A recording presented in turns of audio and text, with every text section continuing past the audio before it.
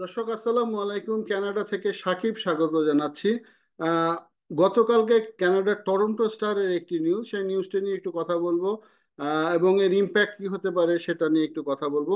Toronto star একটি টুইটারের বরাত দিয়ে জানিয়েছে যে কানাডার স্কারবো এলাকাতে এক যুবককে দেখা গিয়েছে সে ছুরি হাতে কাউকে তাড়া করছে এবং সেই ভিডিওটি কিন্তু সেখানে তারা প্রকাশ করেছে এবং সেই ভিডিওটির পাশাপাশি সেই যুবকের ছবি সহ কিন্তু প্রকাশ করা হয়েছে। অর্থাৎ টরন্টো স্টারের এই নিউজটা এখানে রয়েছে, যারা আগ্রহী তারা নিউজটা একটু পড়ে নেবেন।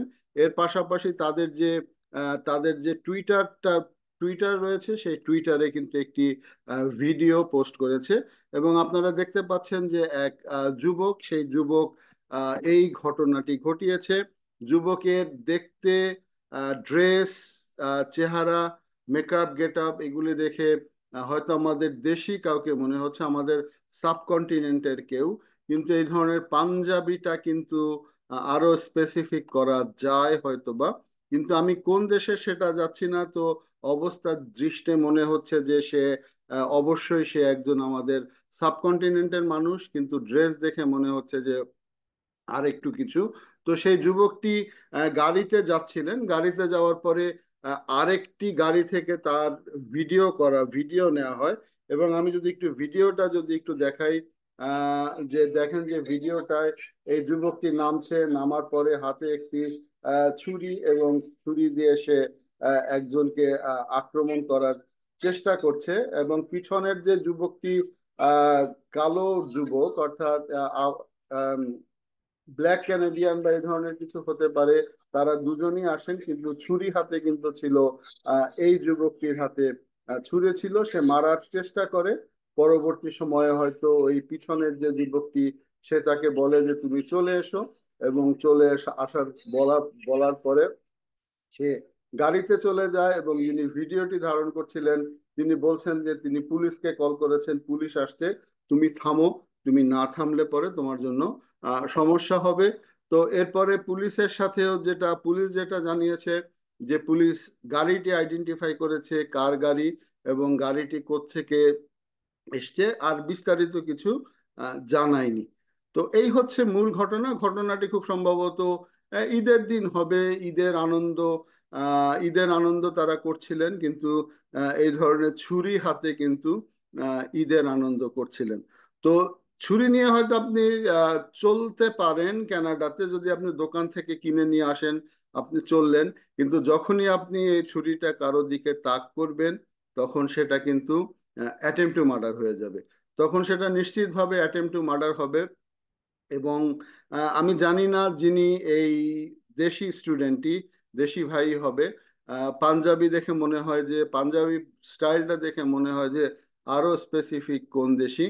তো উনি যদি ইন্টারন্যাশনাল স্টুডেন্ট হয়ে থাকেন এবং ধরা পড়লে ডিপোর্ট মাস্ট, কারণ পুলিশ চেহারা আইডেন্টিফাই করেছে, বললাম যে টরন্টোর স্কারবোতে চেহারা আইডেন্টিফাই করেছে এবং গাড়ি আইডেন্টিফাই করেছে। তো সেই ক্ষেত্রে তাকে তো, যদি ইন্টারন্যাশনাল স্টুডেন্ট হন, ডিপোর্ট মাস্ট, কানাডায় আর থাকা যাবে না। আর যদি সিটিজেন যদি হন, হয়তো কানাডিয়ান কারো সন্তান যদি কানাডার পাসপোর্টধারী হন, তাহলে তো অবশ্যই জেলে যেতে হবে। তো এই হচ্ছে অবস্থা। এবং যিনি ভিডিও করেছেন তিনি ওই যে অংশটুকু থেকে ভিডিও শুরু করেছেন, ওই অংশটুকুতে দেখে মনে হচ্ছে যে সেই উদ্ধত যুবক তিনি মারতে এসেছেন, কিন্তু তার আগের অংশ কি ছিল সেটা কিন্তু ভিডিওতে কিন্তু নেই। তো যাই হোক, এগুলি হচ্ছে গিয়ে টোটাল আইনের সূক্ষ্ম ব্যাপার, যতটুকু আছে ততটুকুতে দেখে নিশ্চিতভাবে বলা যায় যে সে এটা অ্যাটেম্প টু মার্ডার করতে এসছে। এবং কানাডায় যদি এই ধরনের অ্যাটেম্প টু মার্ডার হয়, এটা কিন্তু একটি অত্যন্ত বড় ধরনের অপরাধ। তাই উম, সবাইকে অনুরোধ, যারা যাদের বাচ্চাদের পাঠান দয়া করে খেয়াল রাখবেন।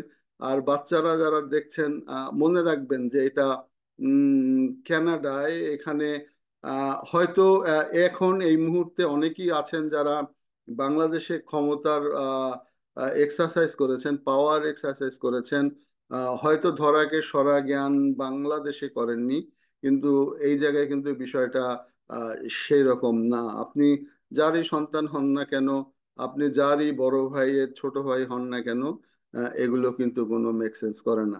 তো সাবধান, সাবধান থাকতে হবে সবাইকে।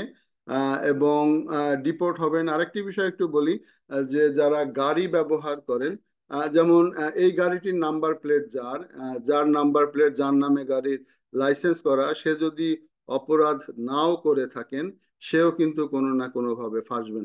বিশেষ করে স্টুডেন্টদের দেখা যায় যে একটি গাড়ি কিনেন, বন্ধু বান্ধবরা চায়, দিয়ে দেন, না করতে পারেন না, না করা সম্ভব না, কিন্তু এইগুলি করলে হবে না। অর্থাৎ এখানে কানাডাতে না কিন্তু করতে হবে। না যদি করতে না পারেন, তাহলে কিন্তু একটি বড় ধরনের বিপদে পড়বেন, বড় ধরনের বিপদে পড়বেন। তো আবারও সেই যুবকটির একটু চেহারা দেখাচ্ছি। আহ, এই যুবক, ক্লাউন বলা হয়েছে তাকে। এবং টরন্টো সেফ না অনেকেই বলছেন এই ভিডিওটি দেখে। এবং এই ভিডিওতে কয়েক মিলিয়ন ভিউ হয়ে গিয়েছে এর পরবর্তী সময়ে। তো সাবধান থাকতে হবে।